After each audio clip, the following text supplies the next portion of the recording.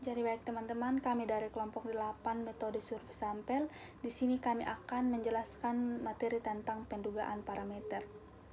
Sebelum itu perkenalkan nama kami dari kelompok 8. Yang pertama itu Febronia Ayanti Jalang, yang kedua Ufin Babalapur, ketiga Juniarti Esther Nitbani, yang keempat Leonardo Stanaim, yang kelima Mervit Devirson Nenoharan. Saya atas nama Mervit Devirson Nenoharan dengan NIM 2206040050 akan mempresentasikan hasil diskusi kelompok kami. Yang pertama, penduga. Dalam pendugaan ini terdiri dari beberapa bagian. Itu yang pertama. Dalam bagian ini akan dibahas tentang pendugaan interval dari parameter populasi yang diketahui.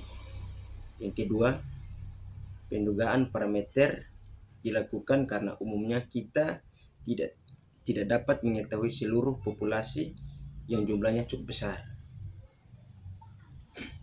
Mungkin disebabkan oleh salah satu hal, yaitu sebagai berikut: keterbatasan dana, keterbatasan waktu, sumber daya manusia, alat dan bahan, dan lain sebagainya. Yang ketiga, dengan tidak dapat mendata seluruh populasi, sudah barang tentu kita tidak dapat memperoleh nilai parameter populasi yang sesungguhnya. Yang keempat, cara yang dapat ditempuh untuk itu adalah dengan pengambilan contoh acak dari populasi. Data yang didapat dari penyuplikan ini dihitung dan kemudian statistik tersebut digunakan sebagai penduga parameter populasi. Data populasi itu sama dengan X1, X2 sampai dengan Xn. Namun tidak diambil secara keseluruhan, akan tetapi diambil secara acak. Yang kedua adalah penduga tak bias. Persyaratan yang diperlukan sebagai penduga yang baik adalah penduga tersebut tak bias. Yang kedua, penduga dikatakan tidak bias apabila nilai harapan atau nilai ekspektasinya dari penduga tersebut akan sama dengan nilai parameter yang diduga. Dalam bahasa umum, bila dilakukan pengambilan contoh dengan metode yang sama dari seluruh kemungkinan contoh secara rata-rata dalam jangka panjang akan nilai yang sebenarnya. Yang ketiga, penduga titik dan interval. Penduga titik atau point estimation merupakan penduga terhadap parameter populasi yang nilainya hanya terdiri dari satu titik nilai. Yang berikut, pendugaan interval atau interval estimation merupakan pendugaan terhadap dua angka. Jadi merupakan selang atau interval terdiri dari garis yang menghubungkan dua angka. Demikian hasil presentasi saya. Terima kasih. Baik, saya akan melanjutkan materinya. Yang berikut adalah taraf kepercayaan dan taraf nyata.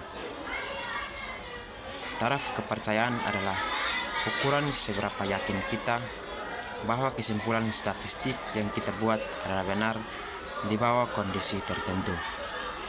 Sedangkan taraf nyata adalah ukuran ketidakyakinan atau risiko bahwa kesimpulan kita salah.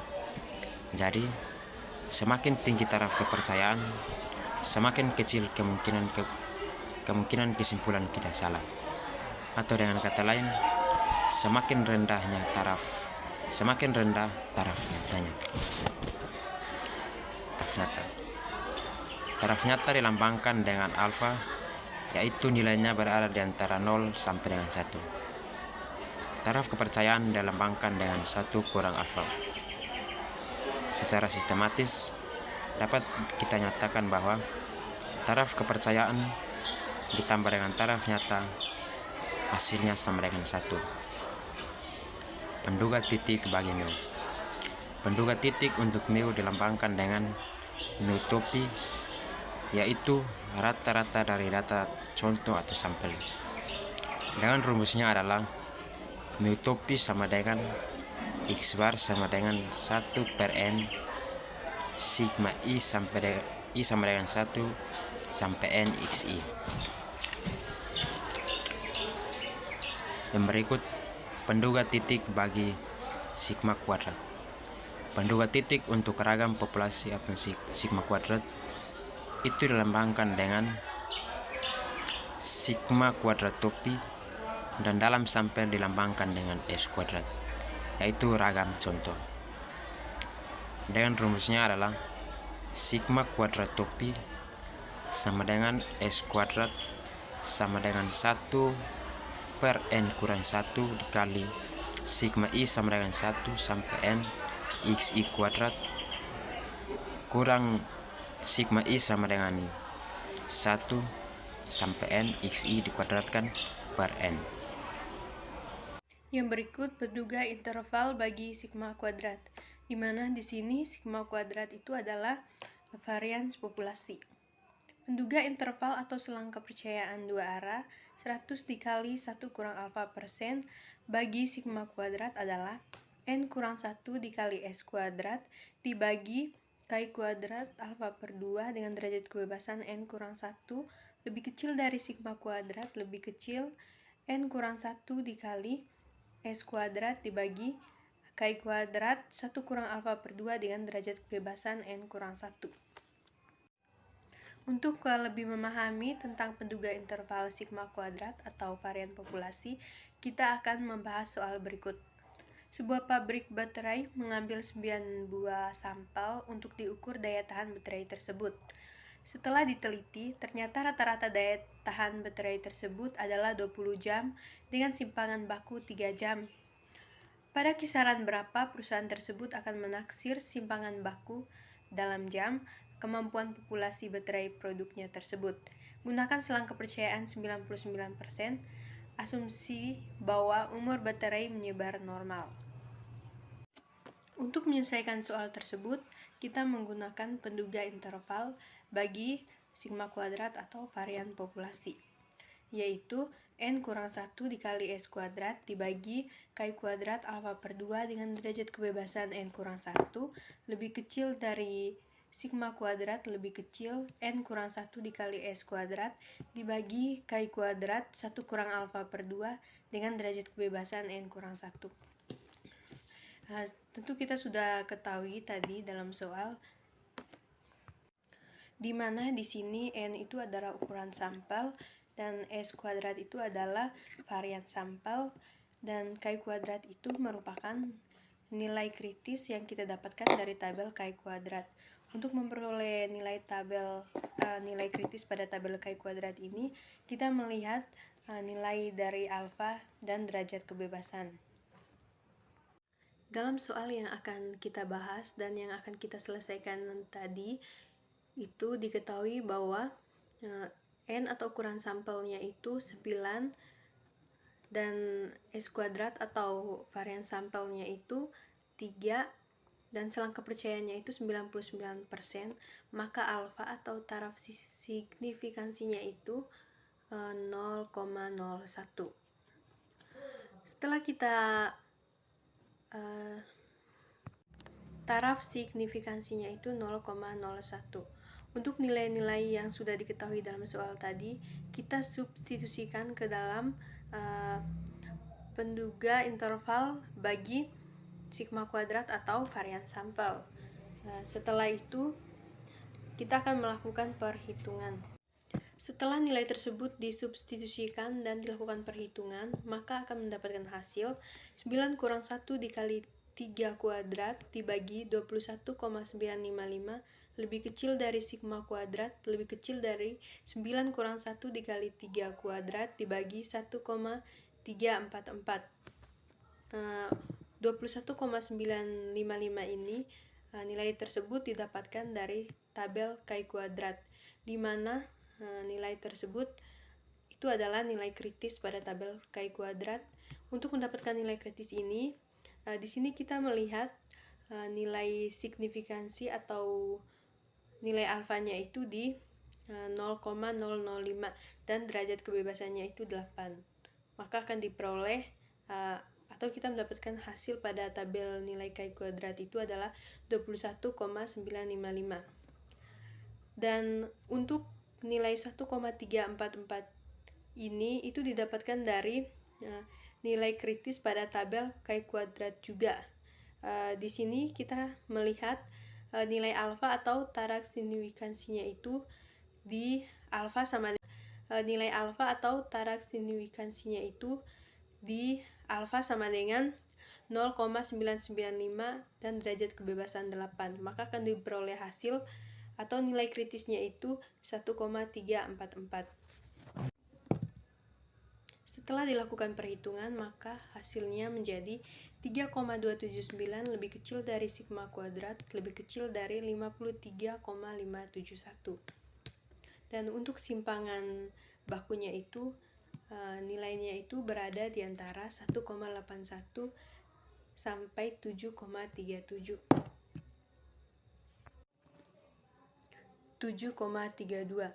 Dan untuk nilai 1,81 ini sendiri itu didapat dari akar kuadrat dari 3,279. Dan untuk nilai 7,32 tersebut itu didapat dari akar kuadrat dari 53,571. Jadi kesimpulannya, perusahaan akan menaksir simpangan baku kemampuan populasi baterai produknya itu berada pada kisaran 1,81 sampai 7,32. Baik, terima kasih atas waktu dan kesempatan yang telah berikan kepada saya. Perkenalkan, nama saya Junior TS Bani. Di sini saya akan menjelaskan tentang contoh soal penduga interval bagi mu. Contoh soalnya sebagai berikut. Menurut sebuah survei dengan contoh berukuran 81 keluarga, diperoleh rata-rata tabungan sebuah negara sebesar $77.500. Jika populasi tingkat tabungan rumah tangga di negara tersebut berdistribusi normal dengan simpangan baku sebesar $21.700, maka tentukan selangkah kepercayaan 99% untuk menduga rata-rata tingkat tabungan seluruh keluarga di negara tersebut. Baik, kita akan masuk dalam penyelesaiannya. Penyelesaian ini terdapat rumus, yaitu bar kurang Z 1 kurang alfa per 2 dikali sigma dibagi akar N sampai dengan X bar tambah Z 1 kurang alfa per 2 dikali sigma dibagi akar N. Baik, dari rumus-rumus tersebut kita akan masukkan nilai-nilai yang sudah diketahui. Nah, sebelum kita masukkan nilai-nilai diketahui, perlu kita ketahui bersama bahwa dari rumus tersebut penjelasannya adalah X bar adalah rata-rata dari sampel, mu adalah rata-rata populasi yang diestimasi, Z 1 kurang alfa per 2 adalah nilai Z pada berdistribusi normal, standar untuk tingkat kepercayaan tertentu, sigma adalah simpangan baku populasi yang diketahui, N adalah ukuran sampel, alfa adalah tingkat signifikansi, misalnya 0,05 untuk 95%. Baik, kita akan masuk dalam penyelesaiannya.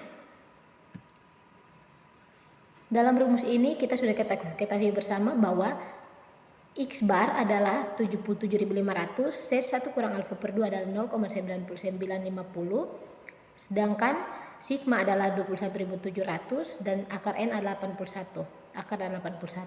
Nah, teman-teman, kita akan masukkan nilai-nilai yang sudah diketahui dalam contoh soal tersebut ke dalam rumus-rumus ini, sehingga kita memperoleh hasil akhirnya adalah mu dari 71.285,12 sampai dengan 83.714,88. Jadi, interval kepercayaan 99% untuk mu adalah mu dari 71.285,12 sampai dengan 83.714,88 dolar. Saya Ufin Lapur. Di sini saya akan melanjutkan materi tentang penduga interval bagi mu. Di bagian ini kita membahas rumus penduga interval untuk rata-rata populasi, di mana nilai varians populasi sigma kuadratnya itu tidak diketahui. Hal ini biasanya terjadi dalam praktik karena kita jarang mengetahui nilai sebenarnya dari varians populasi. Namun, karena ukuran sampel yang cukup besar, yaitu N besar sama dengan 30, kita dapat menggunakan distribusi T sebagai pendekatannya. Adapun bentuk rumusnya yaitu mu lebih besar X bar kurang T alfa per 2 N kurang 1 dikali dengan S per akar N, dan mu lebih kecil X bar tambah T alfa per 2 N kurang 1 dikali dengan S per akar N, di mana X bar itu adalah rata-rata sampel, S adalah simpangan baku dari sampel, N adalah jumlah sampel, T alfa per 2 N kurang 1 adalah nilai kritis dari distribusi T dengan derajat kebebasannya N kurang 1 untuk tingkat kepercayaan tertentu. Nah, rumus ini digunakan untuk menghitung selang kepercayaan dua sisi, yaitu batas bawah dan batas atas dari nilai mu, yang sebenarnya dari tingkat kepercayaan tertentu, misalnya 95%. Selanjutnya kita akan masuk dalam contoh soal. Contoh soal ini adalah contoh soal untuk penggunaan rumus penduga interval dengan distribusi T. Dari contoh soal di sini kita melihat bahwa sampelnya itu sebanyak 45 diambil dari nasabah Britama di daerah Z, di mana rata-rata banyaknya transaksi bulanan adalah 11,25 dan simpangan bakunya adalah 3,9.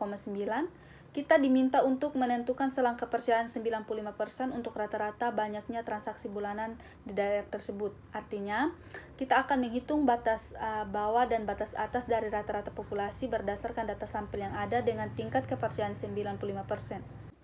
Selanjutnya kita masuk dalam penyelesaian contoh soal, di mana dari soal tersebut kita dapat memperoleh nilai X barnya itu 11,25, S-nya itu 3,9, N-nya itu 45, alfanya 0,05, sehingga alfa per 2-nya kita peroleh 0,025, derajat bebasnya itu 44, dan nilai T dari tabel T itu kita peroleh 2,015. Nah, dari nilai yang kita ketahui tersebut, kita dapat mensubstitusi ke dalam rumus distribusi T, sehingga kita dapat memperoleh nilai mu-nya itu lebih besar dari 11,25 kurang 2,015 dikali dengan 0,5813 dan lebih kecil dari 11,25 tambah dengan 2,015 dikali dengan 0,5813. Nilai 0,5813 ini kita dapat dari 3,9 per akar 45.